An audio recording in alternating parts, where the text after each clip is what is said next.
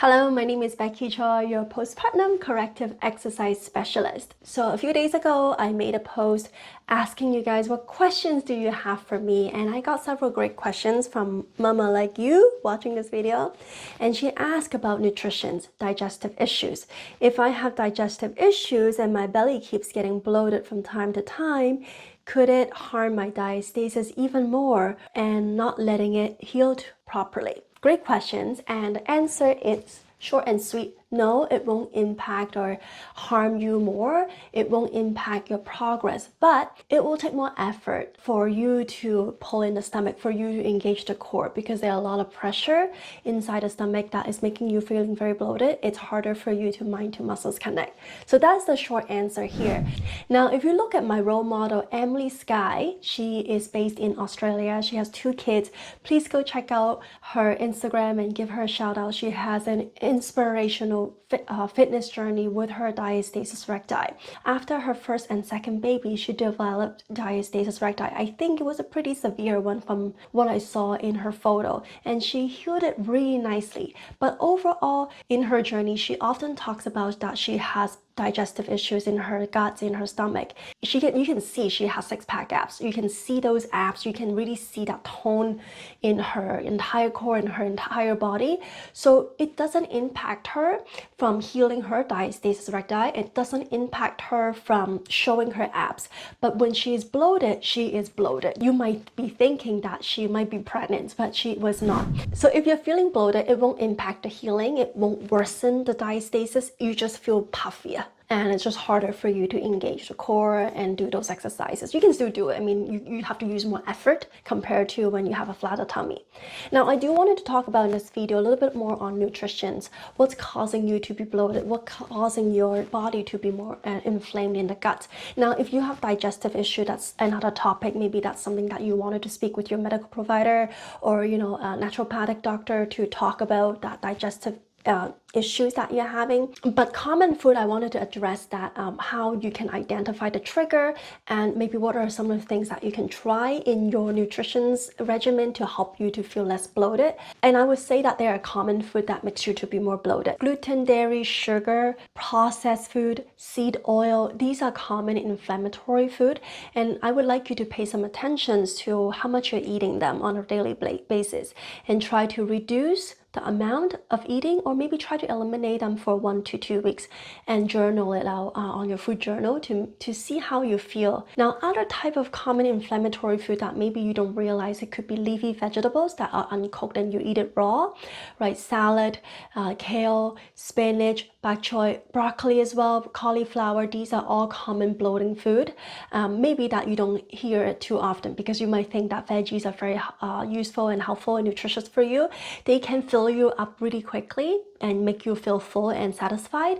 However, they could cause bloating quite easily. You might be ingesting a lot of antibiotics, pesticide into your body without knowing. Because if you are, let's say, the berries, and you're not buying the organic berries, and you just wash them just with regular water, you are not able to wash all the pesticides out of the berries. So that's why when you're eating them, you're eating all the pesticide, and those will impact your gut lining and impact that gut tissues in your stomach. And so that could be the reason why it's causing you bloated. And the same thing with meats and fishes. They are always ingested with a lot of antibiotics and hormone to make the meats fatter, to make the meats heavier. And so, for the consumer to buy black beans, lentil bean, if you're making like lentil soup a lot, if you're a vegetarian, your main diet is mainly beans, it could also be very well be one of the reasons why you're feeling bloated, especially if you don't soak the beans long enough, like overnight.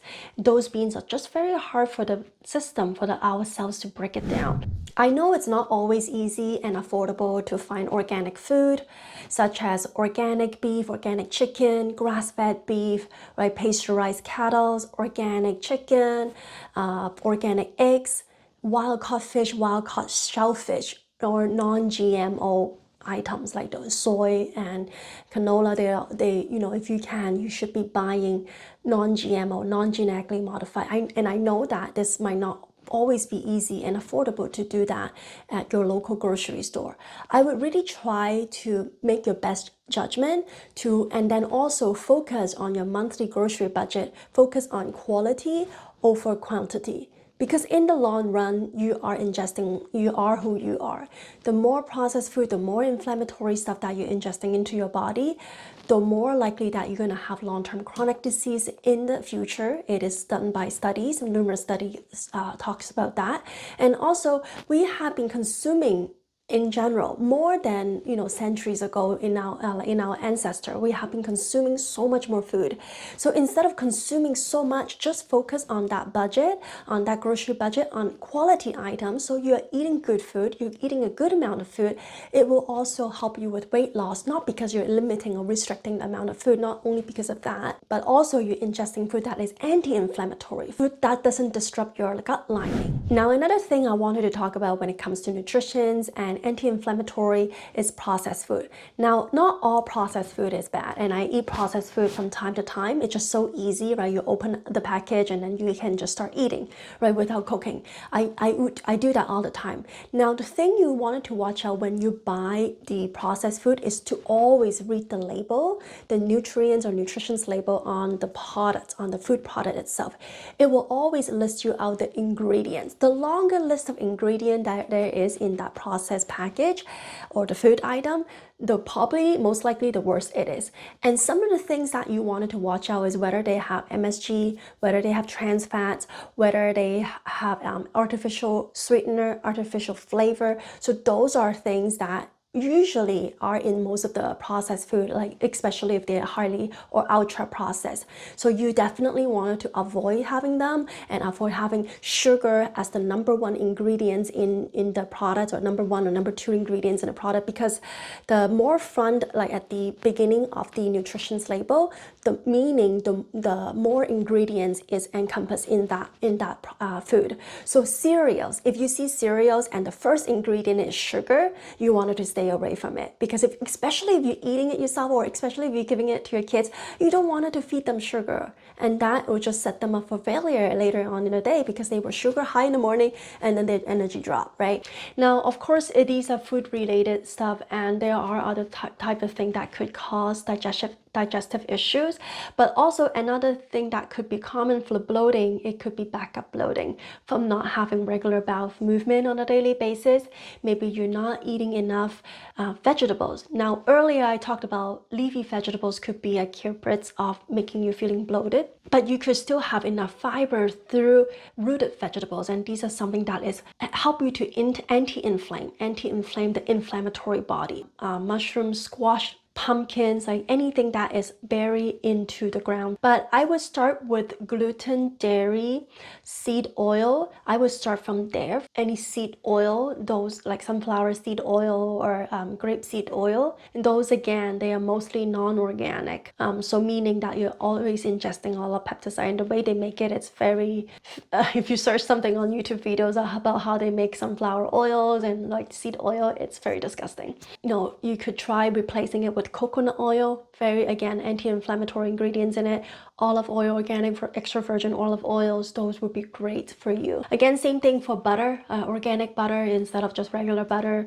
Ghee is fine too, because it is cleaner.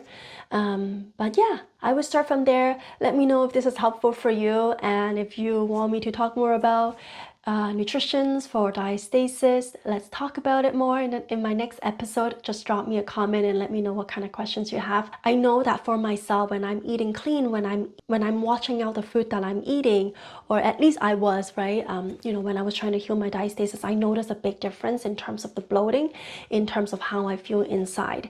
And when you're feeling less bloated, you look better already, but also at the same time, you can do those exercises much more efficiently and actually work the core that much better. Awesome. Okay, thank you so much for tuning in. If you want some exercises, check out this video, and if you don't know where to start, also check out this video. Awesome. Talk to you later. Bye bye.